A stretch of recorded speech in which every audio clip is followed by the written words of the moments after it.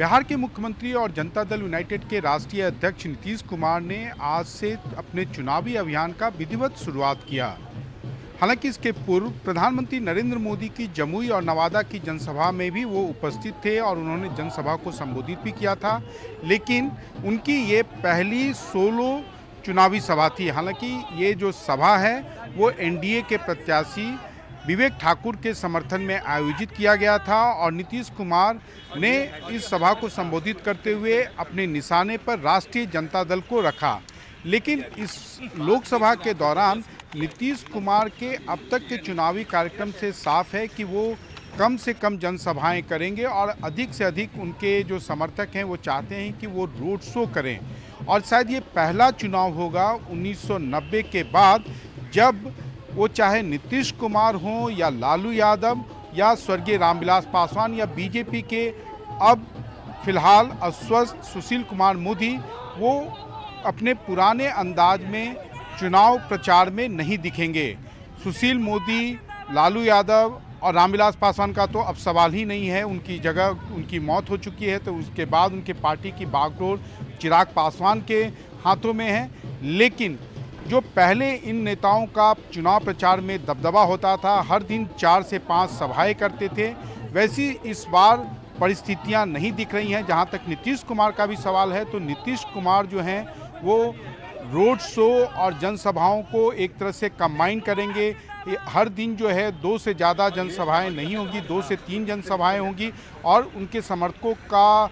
प्रयास है कि वो अधिक से अधिक जो है वो रोड शो करें, जिसमें भाषण देने की संभावना थोड़ी कम हो लेकिन ज़्यादा से ज़्यादा लोगों के बीच जा सके। जहां तक राष्ट्रीय जनता दल का सवाल है तो लालू यादव इस बार मैक्रो मैनेजमेंट में है, यानी कि घर में बैठकर वो चुनावी अभियान को एक तरह से मैनेज करने की कोशिश कर रहे हैं। जहां तक पार्टी के प्रचार का जिम्मा है तो वो 2019 के लोकसभा से ही उनके राजनीतिक उत्तराधिकारी और विपक्ष के नेता तेजस्वी यादव के हाथों में है। तेजस्वी एकमात्र बिहार में नेता हैं जो, चाहे वो बीजेपी हो, चाहे राष्ट्रीय जनता दल हो या जनता दल यूनाइटेड, जो लगातार प्रचार ही नहीं कर रहे हैं बल्कि अब हर दिन 3 से 4 जनसभाओं को संबोधित कर रहे हैं। जहां तक बीजेपी का सवाल है तो बीजेपी में पूरे प्रचार का दारोमदार जो है वो चाहे प्रधानमंत्री नरेंद्र मोदी हैं या अमित शाह या उत्तर प्रदेश के मुख्यमंत्री योगी आदित्यनाथ के भरोसे चल रहा है, क्योंकि राज्य के नेताओं में फिलहाल उप मुख्यमंत्री और बिहार बीजेपी के अध्यक्ष सम्राट चौधरी की अभी फिलहाल उतनी ज़्यादा जो उनके समर्थक हैं या जो प्रत्याशी हैं उनके बीच में उतनी ज़्यादा मांग नहीं है, तो वो इन सभाओं को, जो बड़े नेताओं की सभा है, उसको ज़्यादा कोऑर्डिनेट या उसके आयोजन में अपना समय दे रहे हैं। जहां तक लोक जनशक्ति पार्टी का सवाल है तो निश्चित रूप से चिराग पासवान स्टार प्रचारक हैं, लेकिन चिराग पासवान फिलहाल